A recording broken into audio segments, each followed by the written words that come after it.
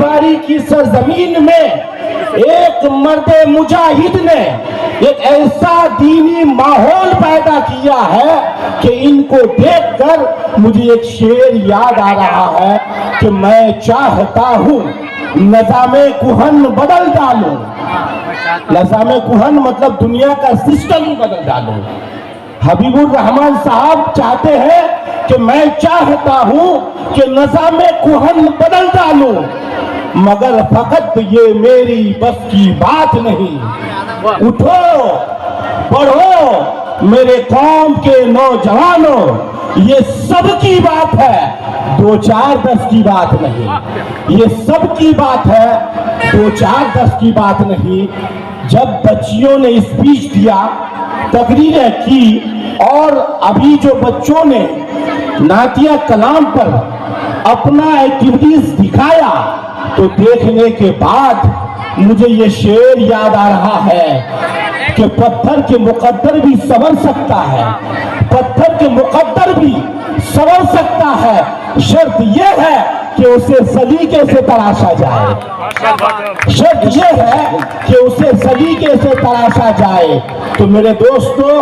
2-3 minute کا time دیا ہے، تو میں 2 4 بات اور. مسلسل کئی سالوں سے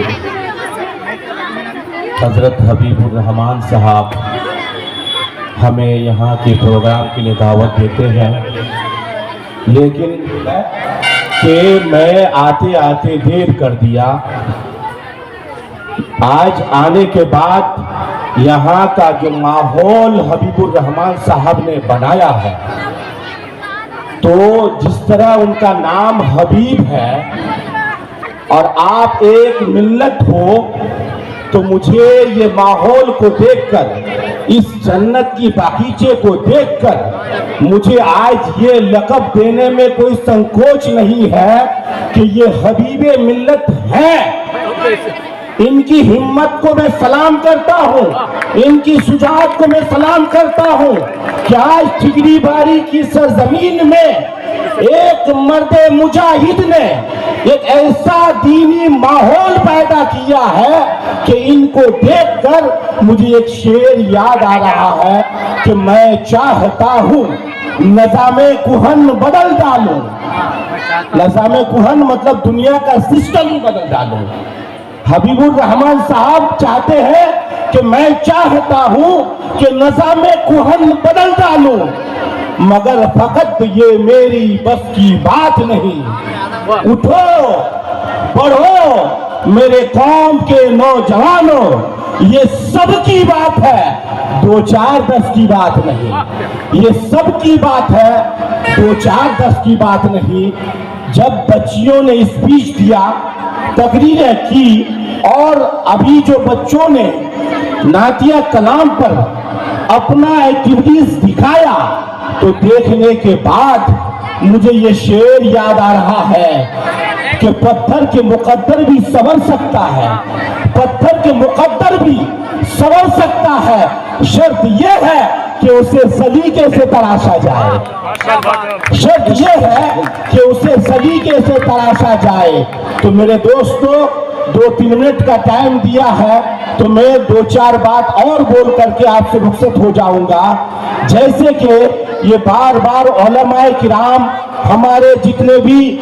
مقررین ہیں، یہ بار بار بولتے ہیں کہ جس قوم پہ نازل ہونے والی کتاب قرآن عظیم میں سب سے پہلی آیت اقرا ہے، آج وہ قوم بے رہروی کا شکار ہے، گمراہی کا شکار ہے، جہالت کا شکار ہو چکے ہیں. تو میرے دوستو حبیب الرحمان صاحب نے جو اس طرح کے ایک ماحول پیدا کیا ہے،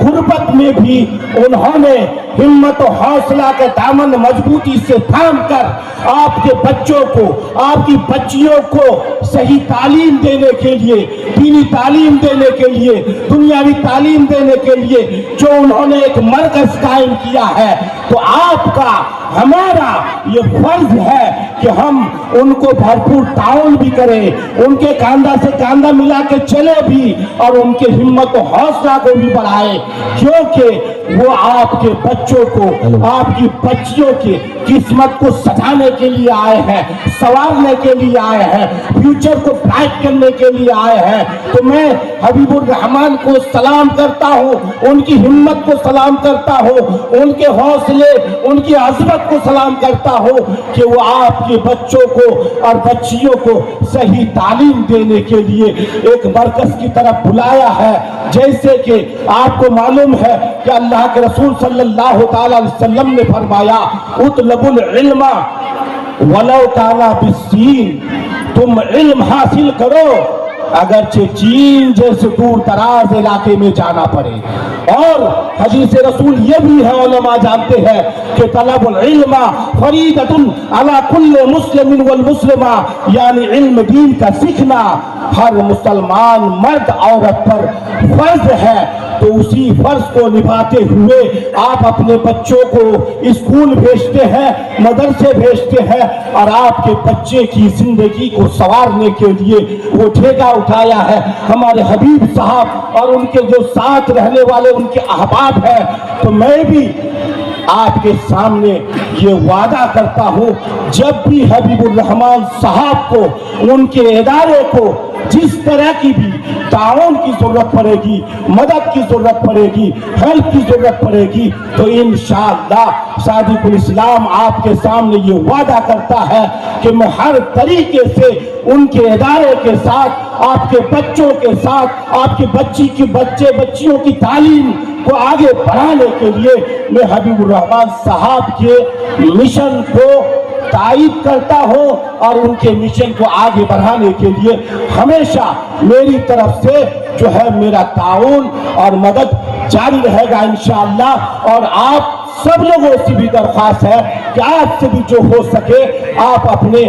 مدد سے، اپنے سپورٹ سے حبیب الرحمان صاحب کی مشن کو آگے بڑھانے کے لیے ہمیشہ کوشاں رہیں، انشاءاللہ اس کا اجر اللہ تعالیٰ آپ کو دے گا۔ السلام علیکم ورحمۃ اللہ وبرکاتہ۔ زوردار تالیاں بجائے۔